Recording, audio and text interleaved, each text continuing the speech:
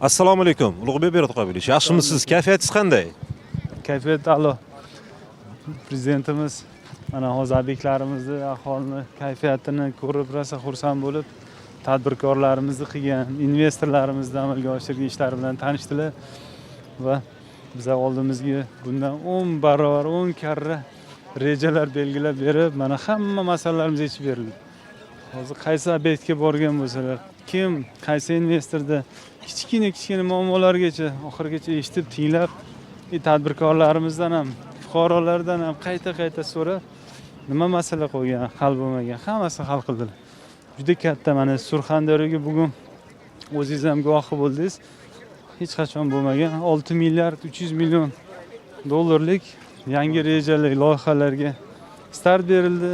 Qariyb 800 million dollarlik yangi quvvatlar ishga tushirildi.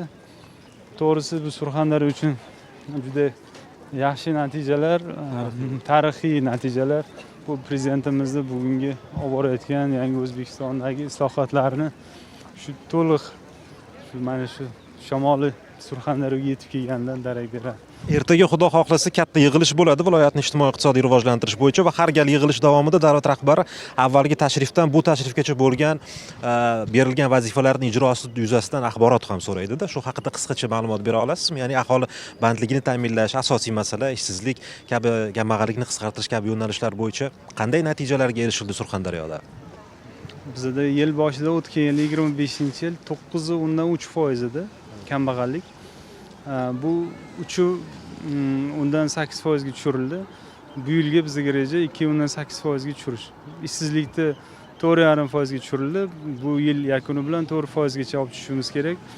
To'g'risi hozir mana shu eng katta Surxondaryo uchun katta driver Tomorqa maktabidagi dehqonlarimizning tashabbuslari juda ma'qul keldi. Buni keng ommaga jalb qilishimiz, joriy qilishimiz, hamma tumanda har bir mahallani o'zining ixtisosligi bo'yicha chuqurroq kirib, yangiliklar bilan shu serdaromad ko'proq eksportbop mahsulotlar yetishtirish orqali kambag'allikni qisqartirish hamda mana bu yangi investitsion muhit, kirib kelayotgan investorlar, bular o'z-o'zidan yangi quvvatlar, yangi ish o'rinlari degani bu orqali amalga oshiramiz. Bugun to'g'risi bizga hozirgi biza o'zimiz reja qilgan marralardan 10 karra desam bo'ladi. Prezidentimiz bizga baland marralar belgilab berdilar.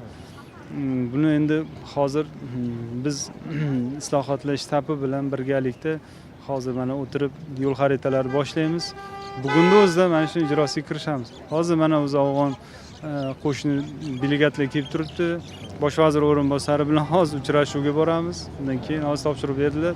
Va bugun shu kechgacha biz yo'l xaritalari qilib, ertalab axborot berishga tayyorgarlik ko'rishimiz kerak barcha hokimlar bilan.